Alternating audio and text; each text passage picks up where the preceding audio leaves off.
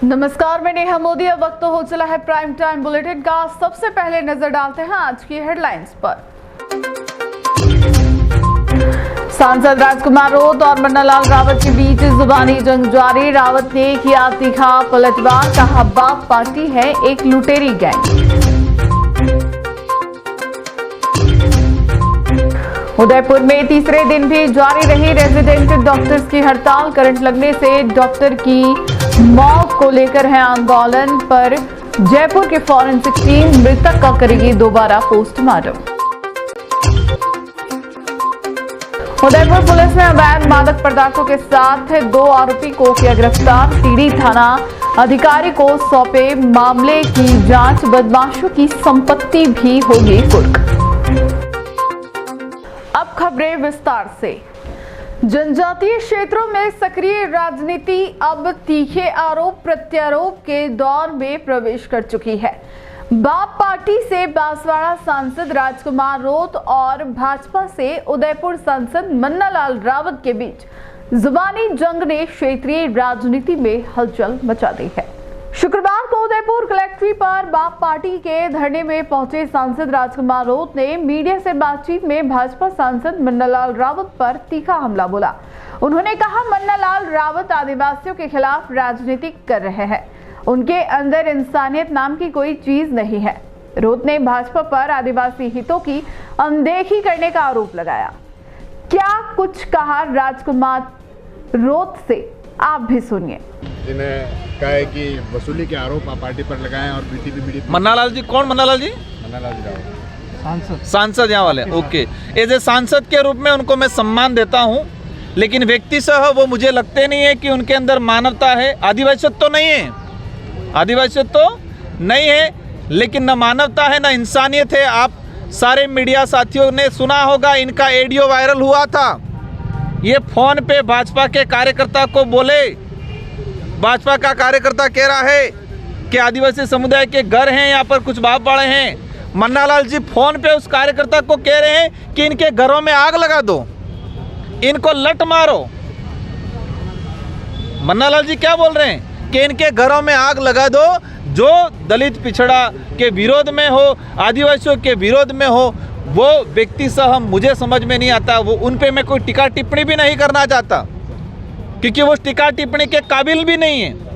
राजनीति के अंदर प्रतिद्वंदी उससे माना जाता है जो काबिल होता है। राजनीति के अंदर आरोप प्रत्यारोप भी उसी पे किया जाता है तो थोड़ा काबिल होता है, लेकिन वो उस कैटेगरी में नहीं आते। जब से सांसद बने हैं तब से लगा के आज तक उन्होंने आदिवासी समुदाय के विरोध में, दलित के विरोध में, पिछड़ों के विरोध में, इंसानियत के विरोध में काम किया है। सिर्फ धर्म की राजनीतिक ये यूडीए वाला मामला हो रहा है, उस पर क्यों नहीं बोल रहे?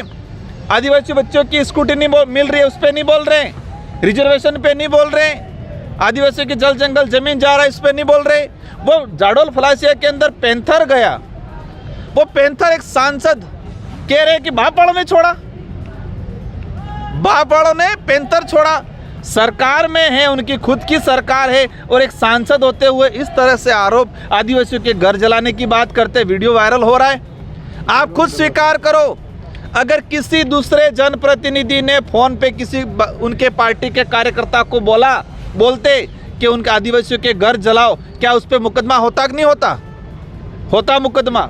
लेकिन मन्नालाल जी थे, भाजपा से थे, इसलिए मुकदमा भी नहीं हुआ, मामला भी दब गया, और मीडिया भी बेचारे हाईलाइट ज़्यादा नहीं कर पाई। मन्नालाल जी ने खुद ने स्वीकार किया, दबी आवाज में कहा मैंने बोला है।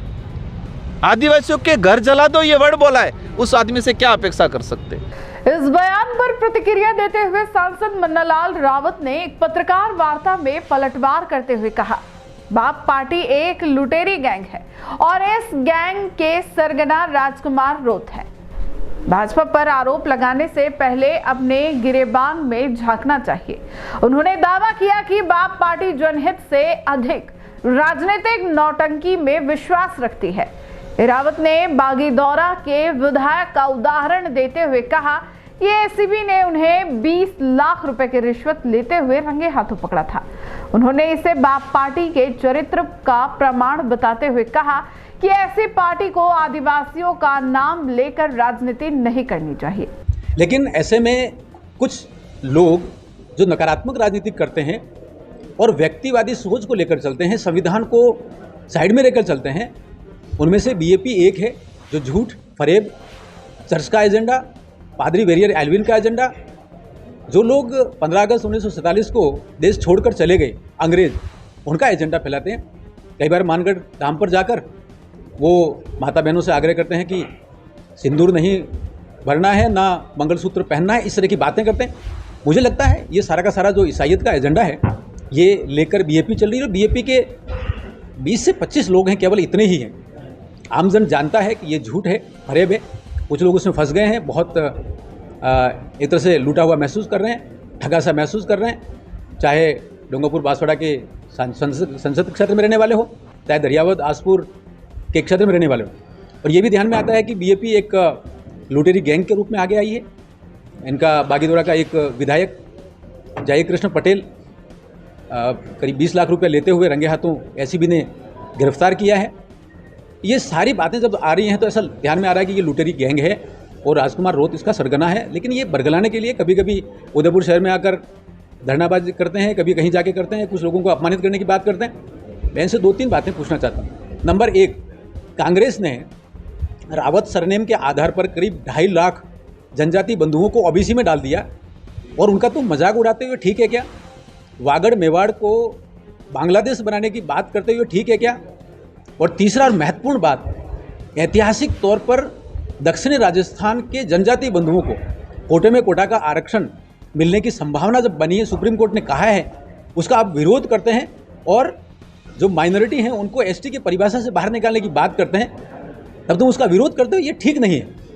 आदिवासियों के अधिकारों के लेकर आदिवासी समाज जागरूक है, जनजातियों को अपनी संस्कृति पर गर्व है और अपने नायकों पर गर्व है, उसको लेकर चल रहे हैं, सामाजिक समरसता के साथ सबके साथ रहते हैं। मुझे लगता है ये बहुत महत्वपूर्ण बिंदु है।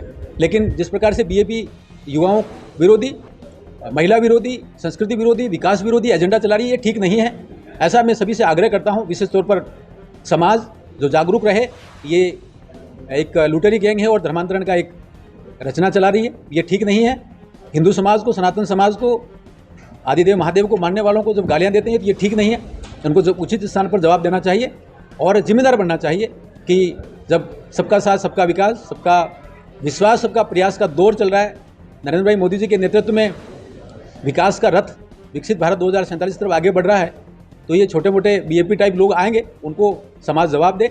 और लोकतंत्र के चौथे स्तंभ पत्रकारिता के माध्यम से मैं आप सभी से आग्रह करूंगा, आप सभी सावधान रहें, सचेत रहें।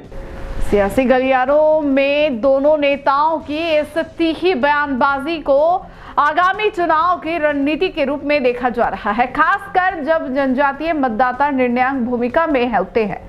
अब देखना यह है कि यह जुबानी जंग आदिवासी जनमानस पर क्या प्रभाव छोड़ती है और इसका सियासी लाभ किसे मिलता है। डॉक्टर रवि शर्मा की संदिग्ध परिस्थितियों में करंट लगने से हुई मौत के मामले ने उदयपुर के चिकित्सा समुदाय में गहरी चिंता और आक्रोश पैदा कर दिया है। इसी को लेकर रेजिडेंट डॉक्टरों का विरोध प्रदर्शन शनिवार को लगातार तीसरे दिन भी जारी रहा। साथ ही डॉक्टर की असमय मृत्यु से आहत रेजिडेंट्स ने स्पष्ट रूप से मांग की है कि इस घटना की निष्पक्ष और पारदर्शी जांच हो और जो भी इस लापरवाही के लिए जिम्मेदार है उसके खिलाफ सख्त कार्रवाई की जाए। धरने पर बैठे डॉक्टरों ने आरोप लगाया कि अस्पताल प्रशासन द्वारा सुरक्षा उपकरणों की नियमित जांच नहीं की जाती और यही लापरवाही इस दुर्घटना की वजह बनी।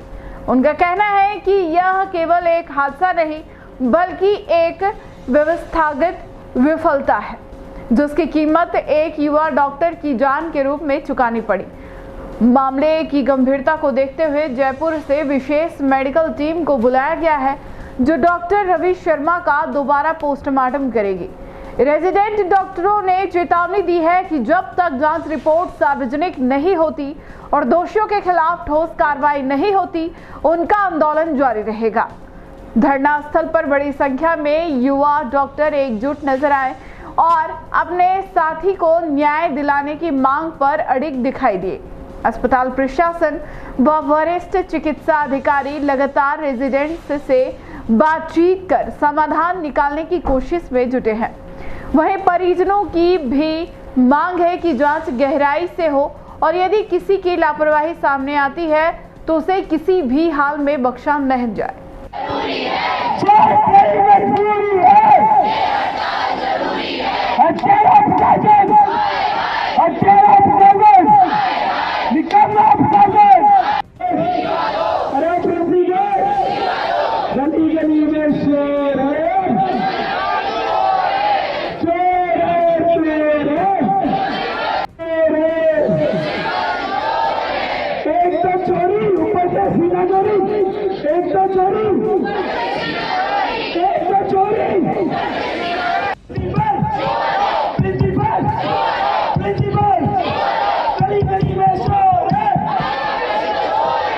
सबसे पहले मैं ये बताना चाहूँगा कि ये घटनाक्रम कैसे हुआ, क्या जो चीज़ थी शुरुआती दौर की, कि सभी को जैसे विदित है आप सभी को कि 18 तारीख को रात को 1:30 बजे के आसपास हमारे एक साथी डॉक्टर वाटर कूलर से पानी भरने के लिए गए और पानी भरते टाइम उस वाटर कूलर में करंट आने की वजह से उनकी मृत्यु हो गई।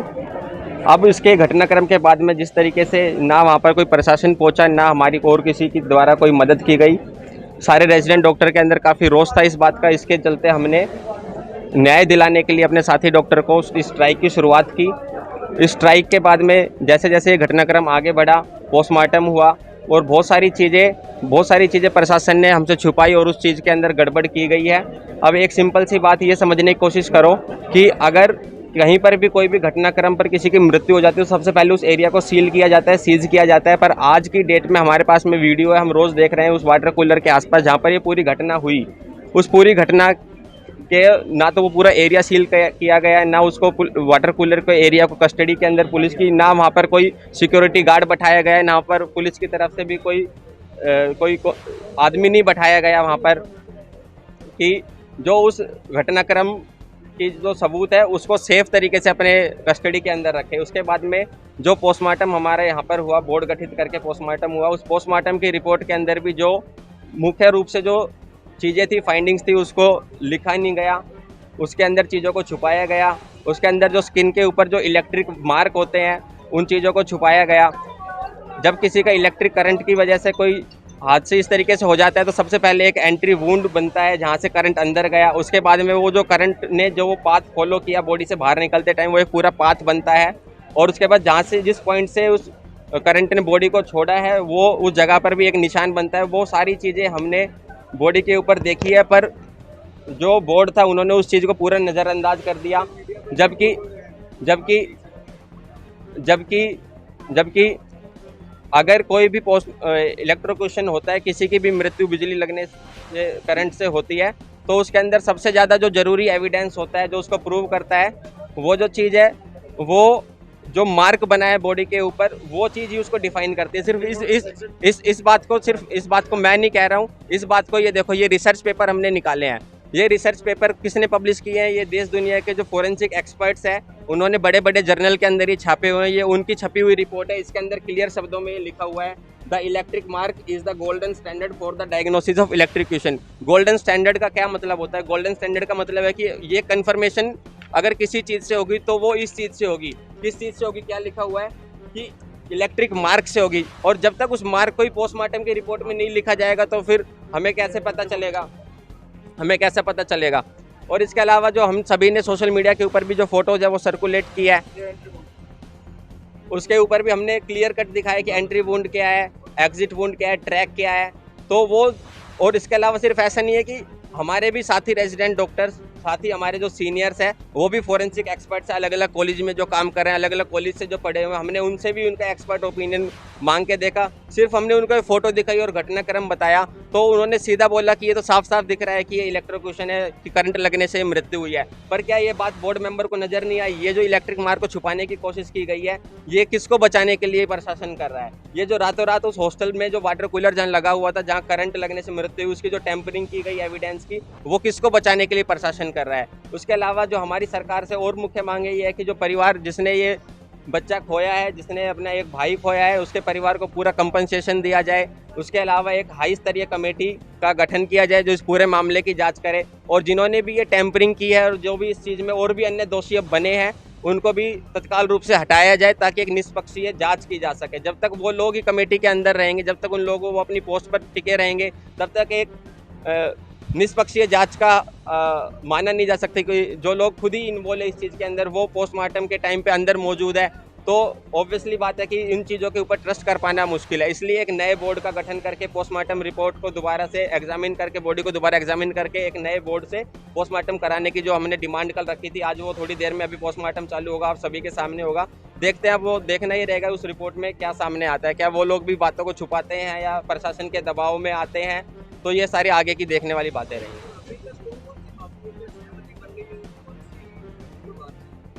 अभी तक जो सहमति है, सिर्फ हमें मौखिक रूप से आश्वासन मिला है, हालांकि लिखित रूप से किसी भी चीज़ के ऊपर हमारे पास में सहमति नहीं आई है। ना कंपनसेशन की बात पे आई है, ना दोषियों की सजा के बारे में बात आई है, ना ही कोई राज्य स्तरीय कोई SIT गठित की गई है इसकी जांच करने के लिए। रिटर्न में अभी तक कोई कुछ नहीं है। मौखिक रूप से सब बोल रहे हैं कि हम सब आपके साथ में हैं, पर जब तक रिटर्न में कुछ भी नहीं आता है, तो आप और हम सभी जानते हैं कि अगर गवर्नमेंट से हम बात कर रहे हैं तो सब कुछ जब तक रिटर्न में नहीं आता है तो कुछ भी मौखिक रूप से वो मान्य नहीं होता है।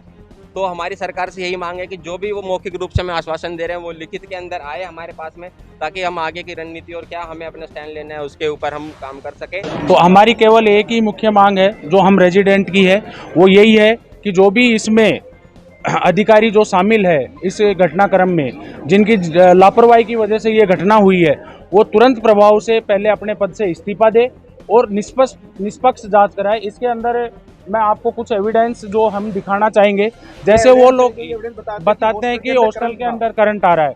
इसके अलावा जैसे ये एविडेंस एविडेंस कि हमने प्रशासन को पहले से अवगत कराया हुआ है इस चीज से। हमने कमियों की, इस तरह की खामियों की हमने पहले भी कई बार की जाती। प्रशासन हमसे बार बार ये पूछता है कि आपने हमको लिखित में नहीं दे रखा, तो आज हम यहाँ पे आपको मीडिया के सामने ये दिखा रहे हैं कि हमने इनको ये दे रखी है सारी चीजें, बार बार लिखित में दे रखा है।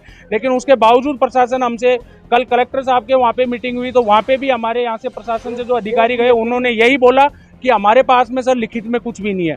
हमने वहाँ कलेक्टर साहब के सामने भी उनको ये दिखाया है कि सर हमने इनको लिखित में ये दे रखा है, हर चीज़ दे रखा है। अब आप खुद बताओ सर, जो रेजिडेंट डॉक्टर 18 घंटे ड्यूटी कर रहा है, पेशेंट के लिए काम कर रहा है, क्या वो ये काम करेगा?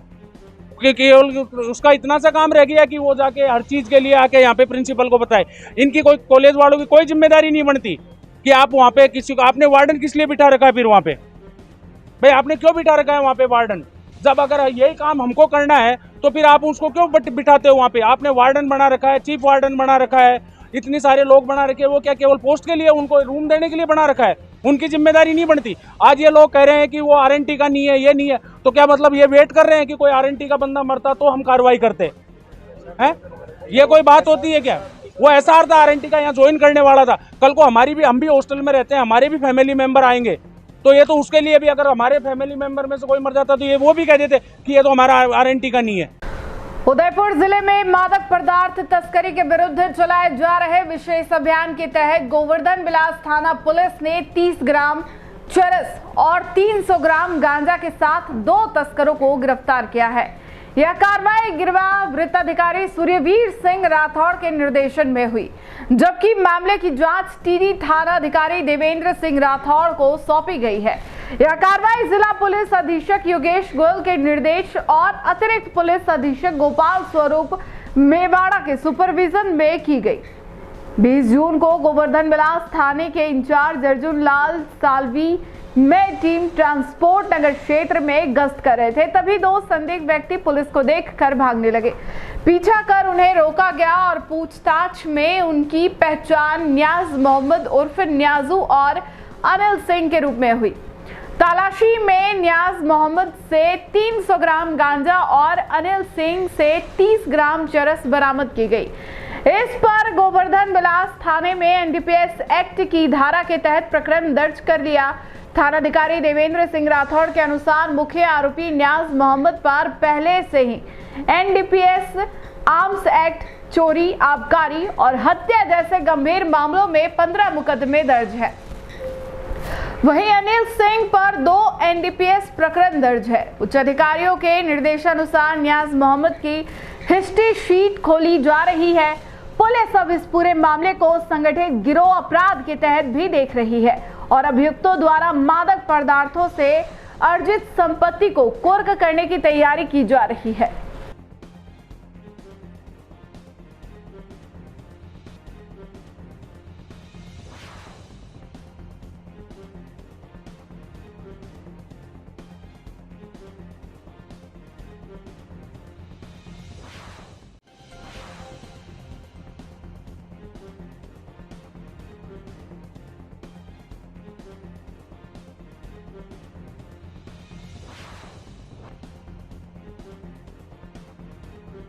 झीलों की नगरी शनिवार को पूरी तरह योगमय हो गई। 11वें अंतर्राष्ट्रीय योग दिवस के अवसर पर जिले भर में हजारों लोगों ने एक साथ योगाभ्यास कर स्वास्थ्य जीवन का संदेश दिया।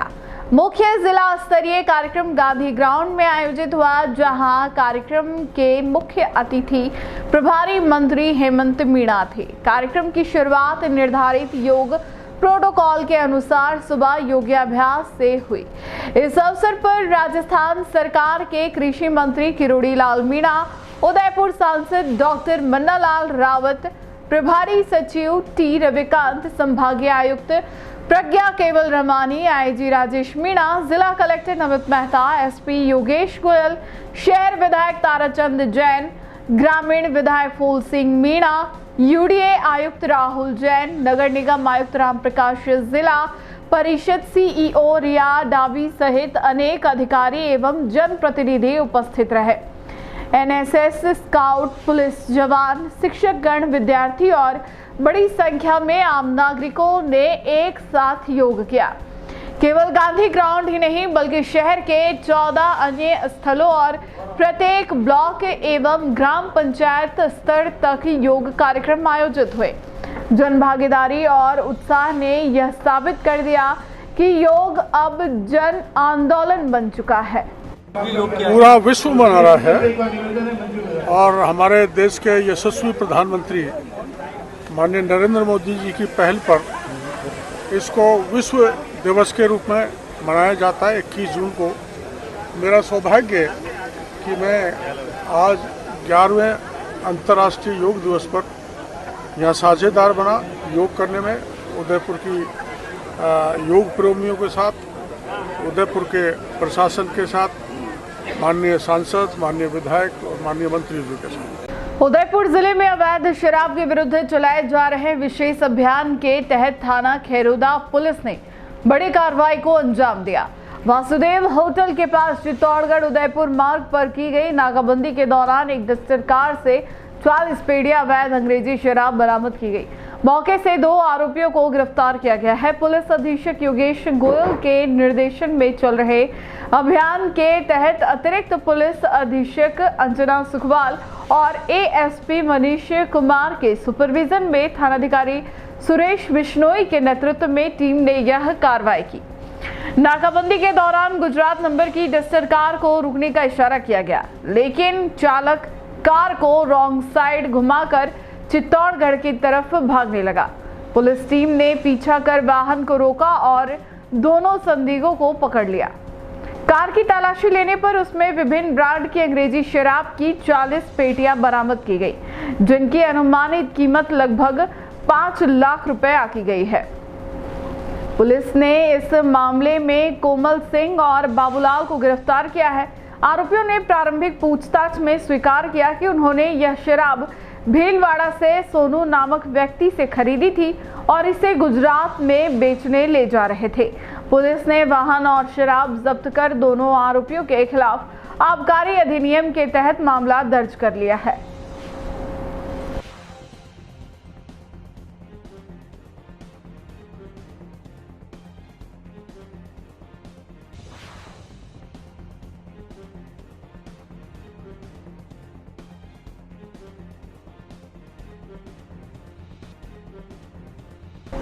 उदयपुर जिले में अवैध हथियारों के खिलाफ चलाए जा रहे अभियान के तहत थाना बड़गांव पुलिस ने एक बड़ी सफलता हासिल की है।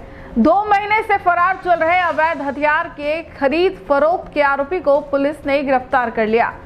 पुलिस अधीक्षक योगेश गोयल के निर्देश पर अतिरिक्त पुलिस अधीक्षक उमेश ओझा और डीएसपी कैलाश चंद्र के सुपरविजन में बड़गांव थानाधिकारी पूर्ण सिंह व टीम ने यह कार्रवाई की।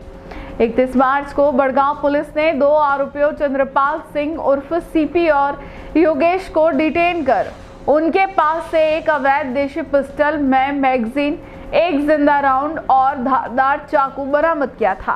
पूछताछ में दोनों आरोपियों ने खुलासा किया था कि यह अवैध हथियार उन्होंने विशाल उर्फ विशु से खरीदे थे।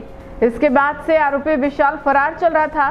तकनीकी निगरानी और मुखबिर की सूचना पर पुलिस ने अब उसे पकड़ने में सफलता प्राप्त की है।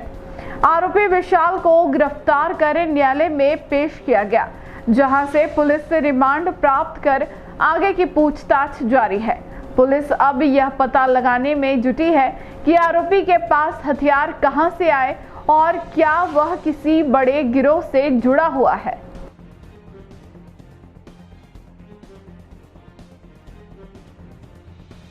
केंद्रीय कारागृह उदयपुर में 11वां अंतर्राष्ट्रीय योग दिवस समारोह आयोजित किया गया। इस कार्यक्रम में 1276 कैदियों और कर्मचारियों सहित कुल प्रतिभागियों ने उत्साहपूर्वक योग, ध्यान और प्राणायाम में भाग लिया।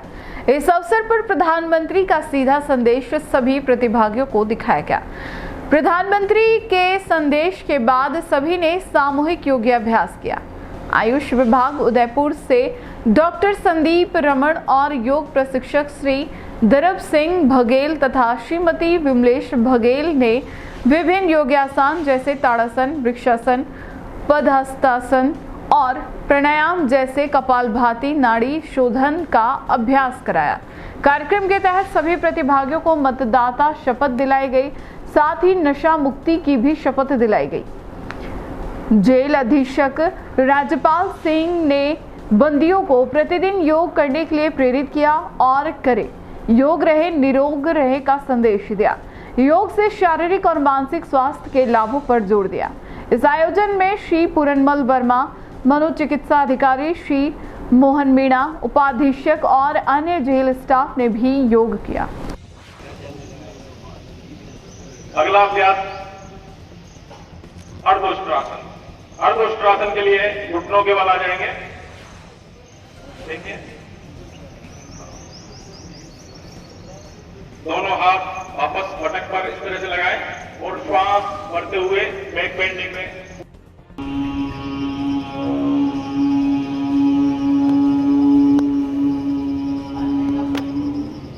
सभी 3 राउंड पूरा करें अपने आप में रेगुलर।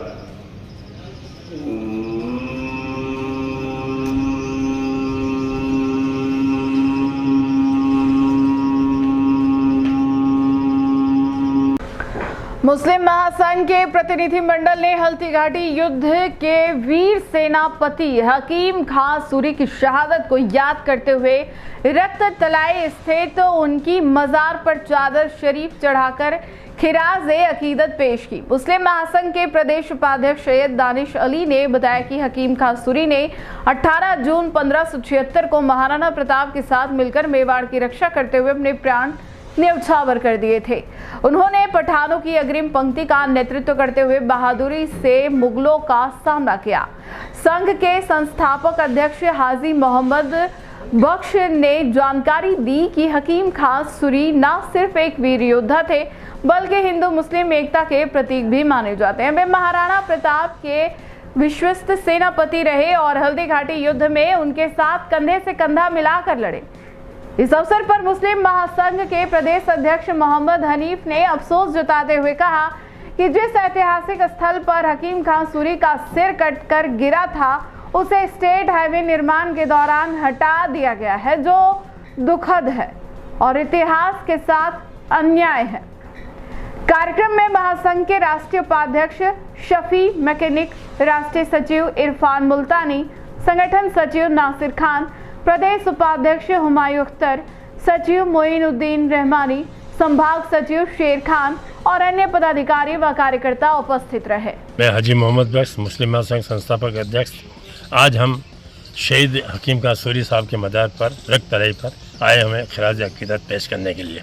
18 जून को हल्दीघाटी की जो लड़ाई हुई थी 1576 को, और आज 19 तारीख को वो शहीद हुए थे।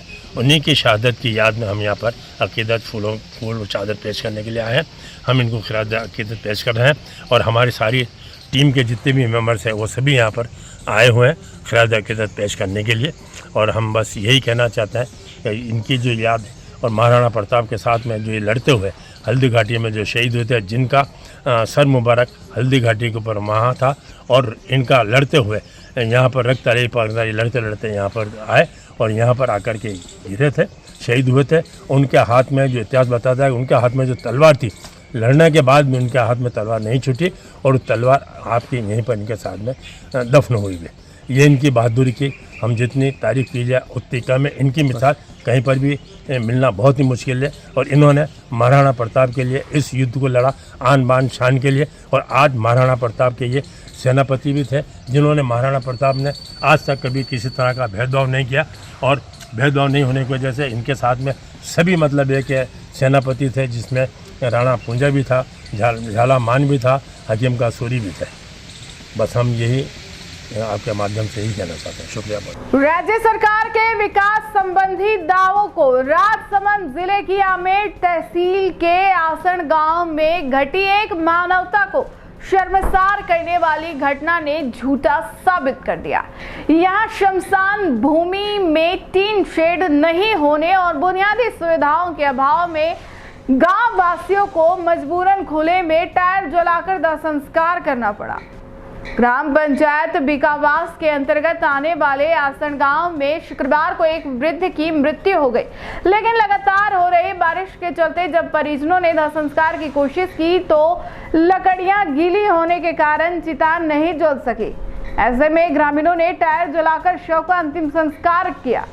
वहीं दूसरी ओर शमशान में बैठने की कोई व्यवस्था नहीं होने से परिजनों और ग्रामीणों को छतों के नीचे 2 घंटे खड़े रहकर अंतिम क्रिया संपन्न करनी पड़ी। ग्रामीणों ने बताया कि गांव से शमशान तक का रास्ता अब भी कच्चा है और बारिश के कारण पूरा मार्ग कीचड़ से भर गया। शव यात्रा को कीचड़ से भरे इस मार्ग से बहुत मुश्किल से शमशान तक पहुंचाया गया। गांववासियों ने प्रशासन और जनप्रतिनिधियों के प्रति गहरा आक्रोश जताते हुए कहा कि हर चुनाव में विकास के वादे किए जाते हैं, लेकिन वोट लेने के बाद कोई नेता वापस नहीं आता। ग्रामीणों ने कहा कि आजादी के 75 साल बाद भी अगर अंतिम संस्कार जैसी बुनियादी व्यवस्थाएं नहीं है तो सरकार की प्राथमिकताएं सवालों के घेरे में है। ग्रामवासियों ने जिला प्रशासन से मांग की है कि शीघ्र ही शमशान भूमि में टीन शेड, पक्की बैठने की व्यवस्था और पक्का रास्ता बनाया जाए ताकि भविष्य में किसी और परिवार को ऐसी शर्मनाक स्थिति का सामना ना करना पड़े। आसन विकावास पंचायत से जो विधायक साहब ने गोद ले रखी है और नगर पालिका से सिर्फ आमेर शहर से सिर्फ 1 किलोमीटर ही है। आज हमारे शमशान में कोई भी सुविधा नहीं है, ना तो कोई चदर लगे हुए है, कोई बारिश के मौसम ना रास्ता है और आने वाले को परेशानी होती है, गांव वालों को परेशानी होती है। आज दिन तक 40 साल में हमारे इधर कोई सुविधा नहीं हुई है विकावास पंचायत में आसन ग्राम के अंदर। कृपया अभी बारिश में कैसे किया दाग आपने? बारिश के अंदर टायर, ट्यूब, डीजल वगैरह लाके टायर ये पड़े किया हमने। तो अधिकारी लोग ध्यान देवे, कुछ न कुछ सुविधा करावे हमारे गांव। रास्ता भी नहीं है, रास्ता भी नहीं है हमारे गांव। शमशान में आने का रास्ता भी नहीं है और शमशान के अंदर भी पूरे खड्डे कर दिए। नरेगा का काम से चारों साइड में खड्डे कर दिया, बैठने की व्यवस्था भी नहीं है। पानी पी पानी भरा हुआ है चारों तरफ। मोहनलाल सुखाड़िया विश्वविद्यालय में शैक्षणिक अव्यवस्थाएं एक बार फिर सुर्खियों में है। देश भर के प्रतिष्ठित उच्च शिक्षण संस्थानों में नए सत्र के लिए प्रवेश प्रक्रिया शुरू हो चुकी है, लेकिन विश्वविद्यालय के छात्रों का भविष्य अनिश्चितताओं से घिरा हुआ है। स्थिति इतनी गंभीर है कि स्नातक अंतिम वर्ष के कई पाठ्यक्रमों की परीक्षाएं अभी तक शुरू नहीं हुई है, जबकि देश भर के संस्थानों में स्नातकोत्तर पाठ्यक्रमों में दाखिले के लिए अंतिम तिथि निकट आ रही है। नियमों के अनुसार स्नातकोत्तर में प्रवेश लेने के लिए छात्रों को स्नातक उत्तीर्ण की मार्कशीट प्रस्तुत करनी होती है, लेकिन विश्वविद्यालय की लापरवाही के चलते छात्र न परीक्षा दे पा रहे हैं और न मार्कशीट जुटा पा रहे हैं। सबसे चिंताजनक पहलू यह है कि देश के प्रतिष्ठित संस्थान जैसे IIT में एंट्रेंस परीक्षा पास कर चुके छात्र भी परेशान हैं। वे अब तक अपने 5वें सेमेस्टर के परिणाम के लिए विश्वविद्यालय कार्यालय के चक्कर काट रहे हैं। 6ठे सेमेस्टर की परीक्षा कब होगी और उसका परिणाम कब आएगा, इस सवाल का जवाब देने वाला कोई नहीं है। छात्रों का कहना है कि वे बार बार विश्वविद्यालय प्रशासन से संपर्क कर रहे हैं, लेकिन कोई ठोस जानकारी या समाधान नहीं मिल पा रहा। कई छात्रों का करियर अधर में लटक गया है और वे मानसिक तनाव झेल रहे हैं। शिक्षा विशेषज्ञों और अभिभावकों का कहना है कि अगर समय पर परीक्षाएं और परिणाम जारी नहीं किए गए तो सैकड़ों छात्रों का शैक्षणिक सत्र बर्बाद हो जाएगा। इस मुद्दे पर विश्वविद्यालय प्रशासन की चुप्पी और निष्क्रियता से छात्रों में रोष बढ़ गया है। अब देखना यह है कि विश्वविद्यालय कब तक जागता है और कब इन युवाओं के भविष्य को गंभीरता से लेता है। हमें काफ़ी इश्यूज है प्रशासन से, एक related to exam, related to our result काफ़ी ज़्यादा डिले होता है। जो हमारा कोर्स है वो हमारा 6 सेमेस्टर वाइज चलता है, 6 सेमेस्टर्स होते हैं। हर सेमेस्टर के कोर्स में जब हमें पढ़ाते हैं उसमें भी देरी होती है, प्लस जो हमारे एग्ज़ाम्स होते हैं उसमें भी देरी होती है और अब परिणाम में भी देरी हो रही है। मतलब कि हमारे एग्ज़ाम्स जो हैं वो काफ़ी डिले कर दिए जाते हैं। जैसे आप एक सेमेस्टर के बाद उसका हमें एग्ज़ाम कराने होते हैं, राइट। तो एक सेमेस्टर हो रहा है, दूसरा सेमेस्टर हो रहा है, उसके बाद हमारे एग्ज़ाम्स कराए जा रहे हैं, जिससे क्या होता है कि बच्चों में बहुत ज़्यादा डिस्टर्बेंस होता है, पढ़ाई में बहुत ज़्यादा डिस्टर्बेंस होता है। सेकेंडली, एग्ज़ाम जो करवाए जाते हैं उसमें काफ़ी ज़्यादा डिले हो जाता है। वैसे मेरे ख्याल से यूनिवर्सिटी को पता होना चाहिए कि कब एग्ज़ाम होने हैं, कब नहीं होने हैं। हमें एप्लीकेशन देनी पड़ती है, 8-8, 9-9 महीने बाद एग्ज़ाम होते हैं। उससे क्या होता है कि काफ़ी डिस्टर्ब होता है और कोर्स ड्यूरेशन काफ़ी लंबी बढ़ जाती है, ठीक है। उसके बाद रिज़ल्ट जैसे कि आता है, रिज़ल्ट से हम में से कोई भी संतुष्ट नहीं है। रिज़ल्ट टाइमली नहीं आया है, रिज़ल्ट में मार्कशीट काफ़ी देरी से दी जाती है, रिज़ल्ट में काफ़ी टाइम लिया जाता है। और अभी मैं आपको बता दूं, हमारे जो जूनियर हैं, हमारे जूनियर के एग्ज़ाम हुए थे, उनके एग्ज़ाम में जो रिज़ल्ट आए हैं 30%, 40% क्लासेस में बच्चे फेल हैं। अगर इतने बच्चे फेल हैं तो इस चीज़ पे कार्रवाई बिठानी चाहिए कि क्यों बच्चे फेल हो रहे हैं। या तो पढ़ाने के तरीके में दिक्कत है, या पेपर में दिक्कत है, या चेकिंग में दिक्कत है। उस चीज़ पे इनको कार्रवाई बिठानी चाहिए, देखना चाहिए। बच्चे परेशान होकर ड्रॉप ले रहे हैं, कॉलेज छोड़ के जा रहे हैं, उस पर कोई भी कॉन्सेंट्रेट नहीं कर रहा, वो इशू रिजॉल्व करने की कोशिश नहीं कर रहा। हम यहाँ आते हैं, बात करते हैं कि क्यों रिजल्ट में देरी हो रही है, तो हमें बोला जाता है कि कोविड टाइम से लेकर देरी हो रही है, कोविड से लेकर ये इनकन्वीनियंट है, धीरे धीरे रिजॉल्व हो जाएगी। तो कोविड को 5-6 साल हो चुके हैं, अभी तक अगर ये इस तरीके से चल रहा है, मैं यही कहना चाहती हूँ कि जो बच्चे हैं वो इस देश का भविष्य है, और आप बच्चों की एजुकेशन में अगर ऐसी इनकन्वीनियंस फर्स्ट करोगे तो ये आगे देश के भविष्य के लिए गलत है।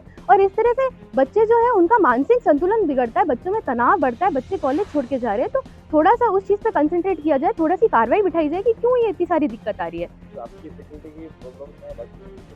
जी, हम बायोटेक्नोलॉजी डिपार्टमेंट से, हमें अपने डिपार्टमेंट से कोई इशू नहीं है। हमारी जो फैकल्टी है वो हमें सपोर्ट करती है, हमारी जो एचओडी है वो हमारे लिए आगे बात करते हैं, पर यहाँ प्रशासन से कोई भी रिस्पॉन्स नहीं आता, रिवर्ट नहीं आता। हम महीने में 4-4 एप्लीकेशन देके जाते हैं। अब एग्ज़ाम कराना तो सीओई सर के हाथ में है, जो भी है वो प्रशासन के हाथ में है, तो वहाँ से कोई रिवर्ट नहीं आता, तो इसलिए हम बहुत ज़्यादा परेशान होते हैं।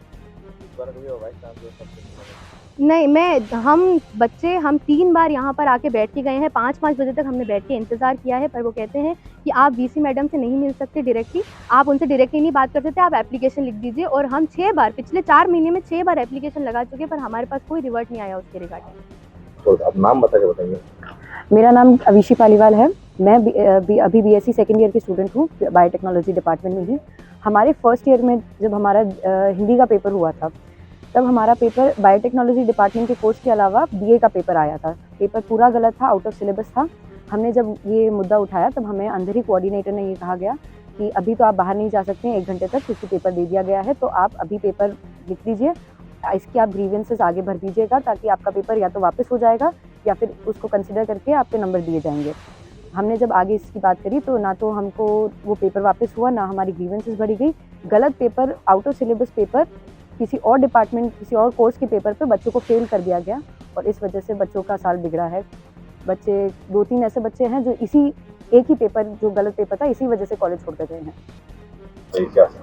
मेरा नाम कीर्ति तंवर है, और प्रशासन से हमें बहुत ही दिक्कतों का सामना करना पड़ रहा है, क्योंकि हमारा रिज़ल्ट बहुत देरी से आ रहा है, और आगे यूनिवर्सिटीज़ में एमएससी के एडमिशन्स चालू हो चुके हैं और काउंसलिंग भी चालू हो चुकी है।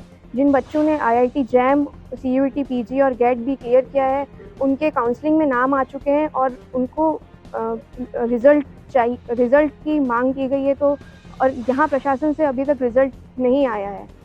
एग्ज़ाम भी बहुत देरी से हुए हैं, जो एग्ज़ाम मार्च में होने चाहिए थे वो मई में हुए हैं, और अब जब हम रिज़ल्ट की मांग कर रहे हैं तो वो बोल रहे हैं कि हमारी कॉपीज़ तक अभी चेक नहीं हुई हैं।